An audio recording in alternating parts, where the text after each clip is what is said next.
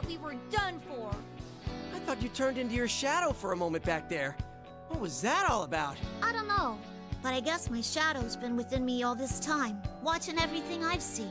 And I think she's changing too, even if only little by little. And it was all of you who brought me back. You really did help us. Thank you.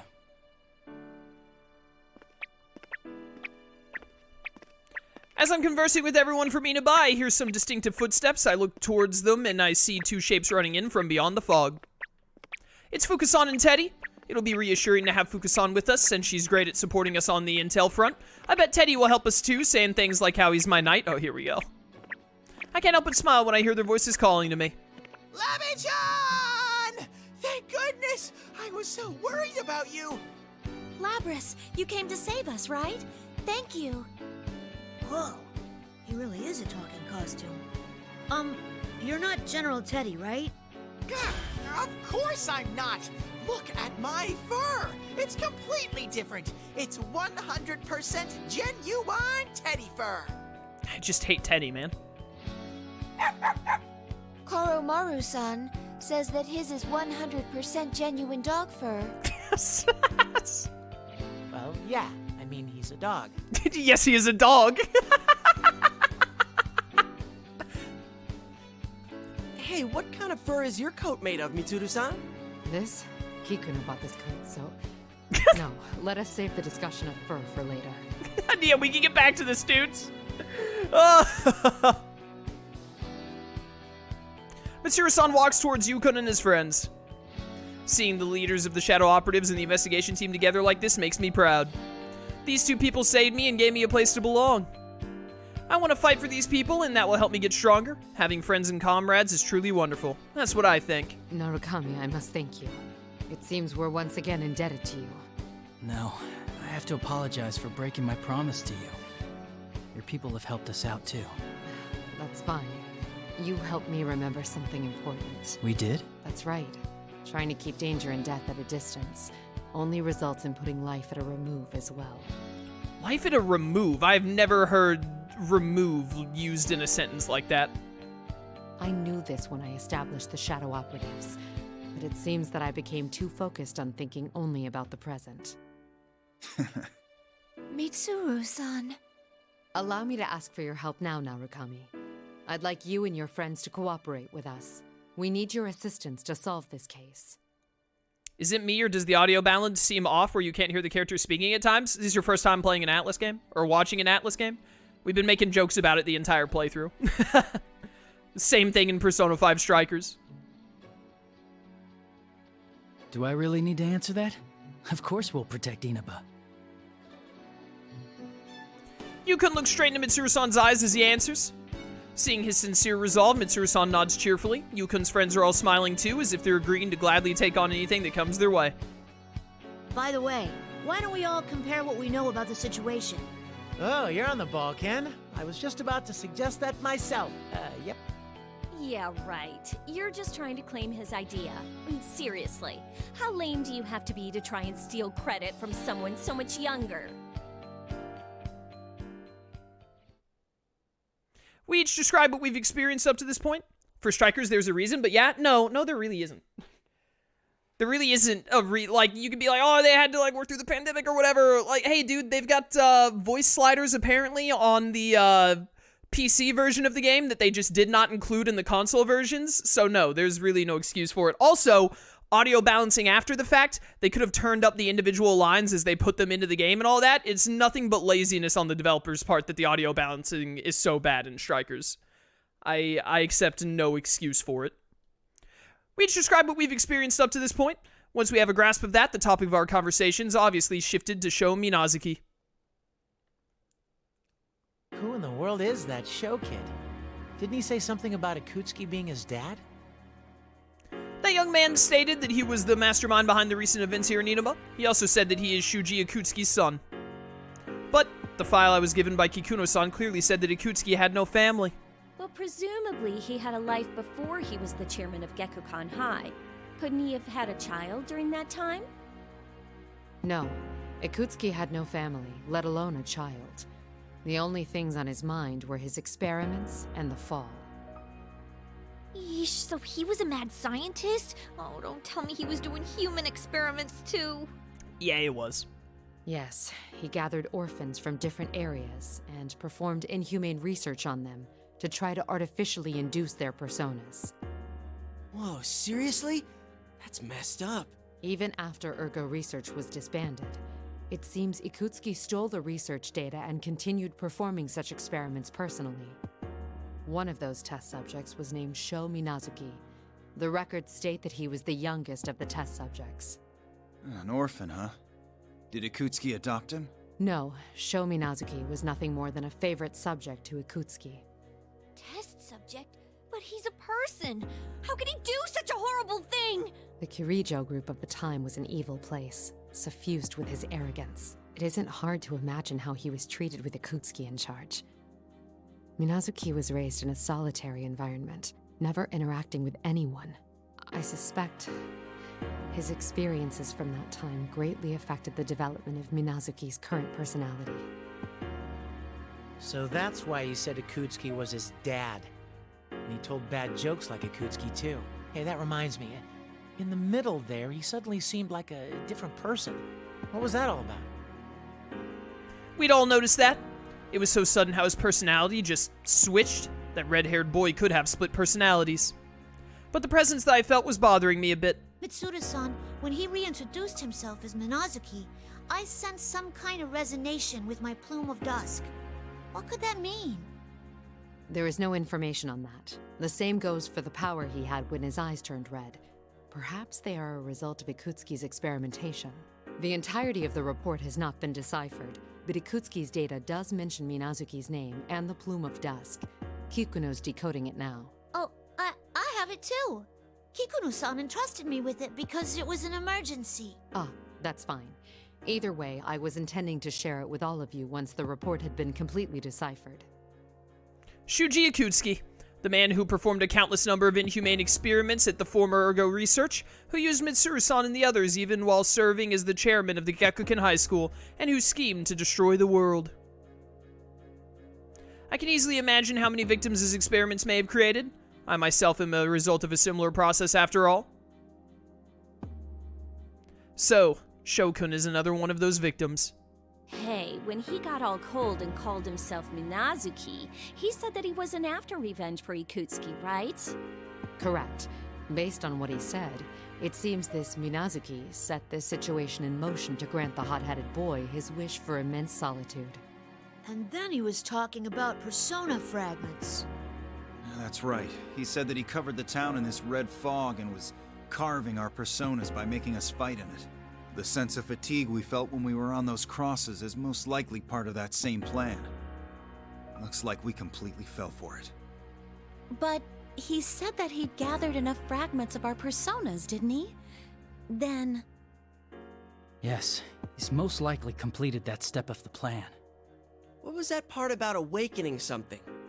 I mean, I can guess that it's going to be pretty dangerous, but what's he trying to call down? I know nothing about that, but if it's similar to what we encountered at Tartarus, it's nothing welcome. Persona fragments, huh? What in the world is he planning on using them for? Is this all part of what he wants? We fall silent, full of impatience and uncertainty. On top of all that, the second personality gave us a word of caution as he was leaving. We need to make sure that everybody's safe as quickly as possible. Oh, that reminds me. Yukiko and the others. That's right! That Minazuki guy said that Yuki-chan and the people with her are in danger. Naoto-san and Kanji-san said that they were going to Junes. According to Junpei-san, supposedly Yukiko-san and Rise-san were at the same location. Huh? Oh, right. But those two said they were gonna go look for Kanji and the others, so I don't think they're still there. They could miss each other. Yes, I'm concerned about them as well. Let's split into two teams. One heads to the top of the tower while the other searches for Narukami's friends. Yamagishi, perform a search and try to locate them as best you can. Understood. I don't know how well it'll go, but I'll try searching for everyone. We're counting on you. Persona. Fukasan closes her eyes and concentrates, summoning her persona to search the surrounding area.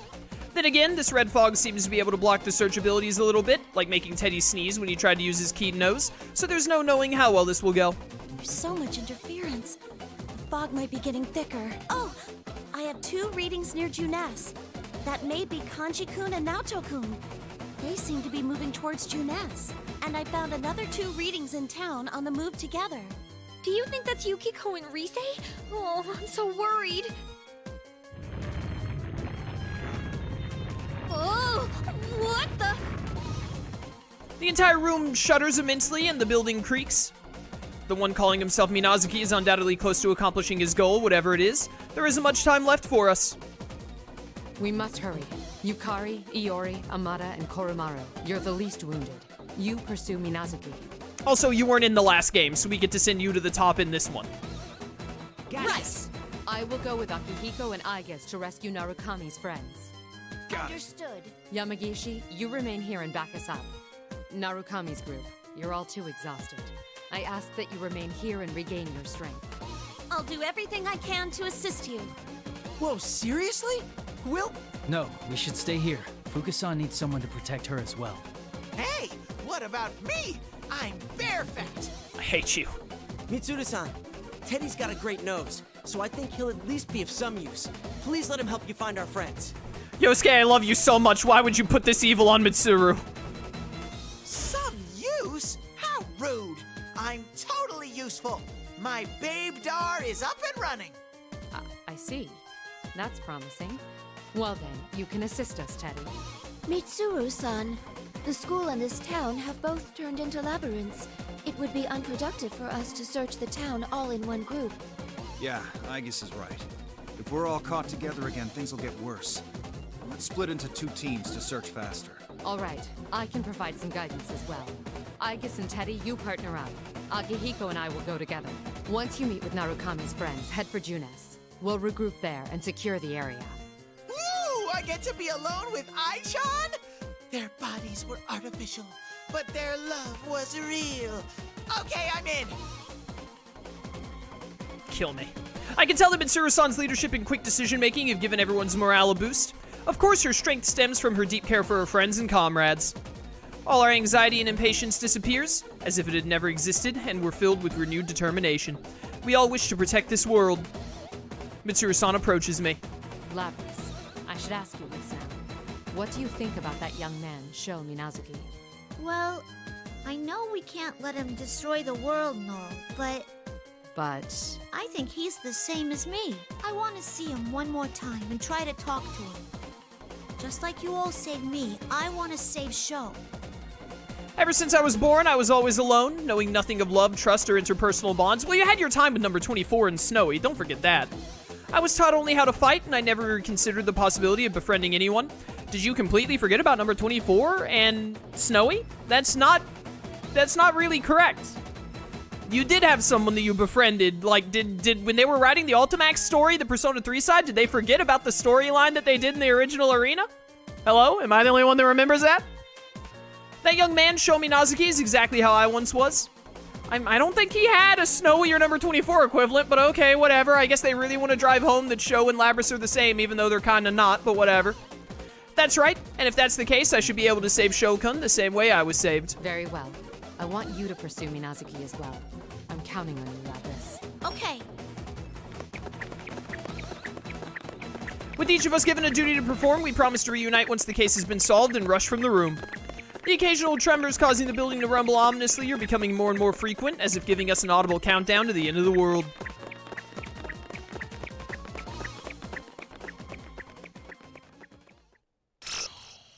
To be continued. How much does this game cost? I assume it's like the normal $60. I bought it a while ago, I don't really remember. Off the top of my head. Why we're here. 60% complete. Oh, we're getting close, lads. We are getting there.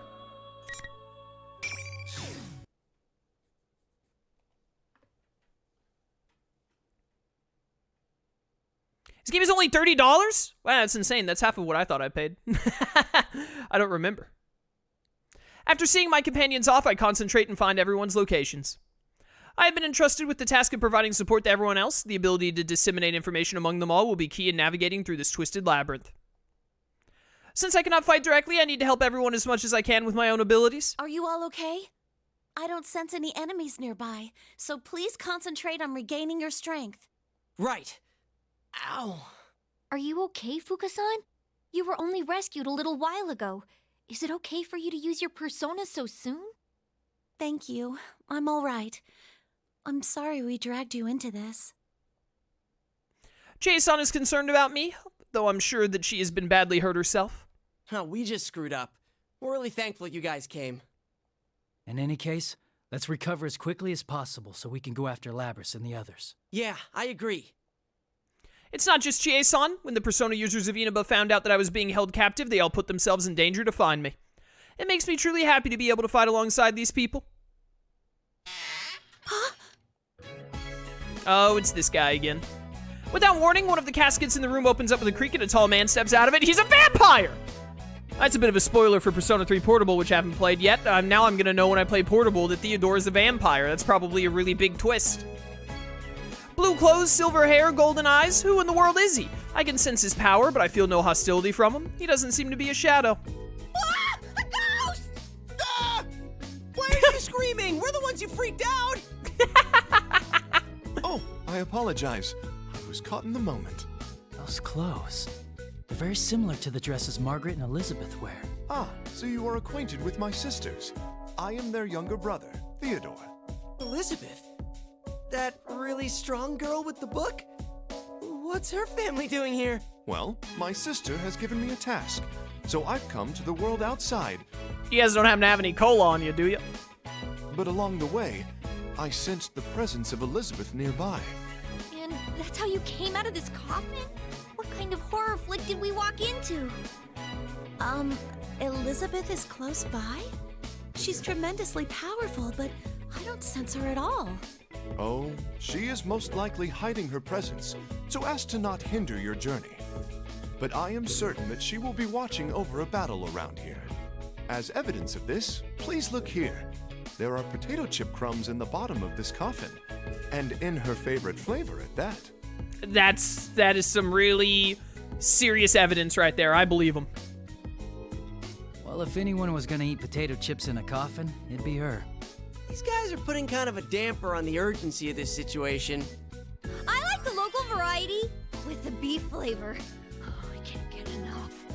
Can we stop talking about potato chips? Theodore, right? We haven't run into Elizabeth. I think I'm gonna have some potato chips after stream is over. Yes, it seems I was just a tad too late. It's all right. There was merely a little something I wished to ask her. What's that?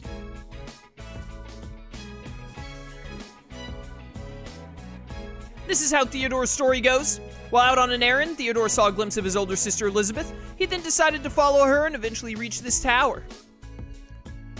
What he describes as being out on an errand during a situation like this seems odd, but Yukun seems to understand and said that this man's sudden appearance makes sense if he really is related to the person he claims to be his sister. Oh my goodness, could you have, spent one more comma on that sentence?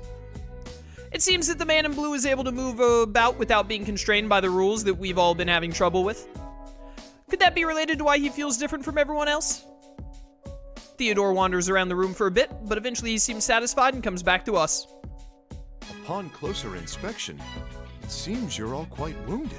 Forgive me for asking so brazenly, but why is it you continue to fight, even when you have been hurt to this extent? Why? Got nothing better to do, dude. I'm a little bewildered by the sudden question. What are we fighting this battle for? Are you asking why we're fighting? One moment, please. This man's about to take out a notebook so he can write it down. Theodore raises a hand to stop us, then furrows his brow in thought. Hearing it from you would be too easy. I see. Could my sister have given me this opportunity to see the outside world, to broaden my horizons? Are you alright? I don't think anyone from the Velvet Room is alright. Except maybe Margaret. She's like the only one with her head screwed on straight. Maybe Lavinza, but she, regularly splits into two little warden freaks, so who knows, dude. Ah, please forgive me. It seems I have a great deal to learn for myself. I guess he's kind of reached a conclusion. I'm sorry for causing you trouble. It seems this is a question I must answer on my own. Now, if you'll excuse me, I'll be taking my leave. Huh? You mean you're going back? Yes. This conversation with you has been highly significant. Please, excuse me. What the hell was that just now? I've got no idea, but...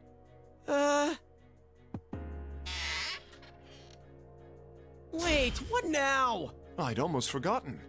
If you truly are in a great hurry to reach the top of this tower, then please make use of this door here. Well then? What door? That is a coffin! Sir! That is a coffin! And this is a Wendy's! That was mysterious. That's one word for it. Theodore asked us why we're fighting. The reason I had such a hard time finding an answer is because I couldn't find a way of putting it into words. I mean, we all have our own reasons for being here. We peek behind the coffin lid that Theodore left through and discover a set of stairs leading up, of course. I thank the man for his brief but helpful appearance and then try to locate the others once again.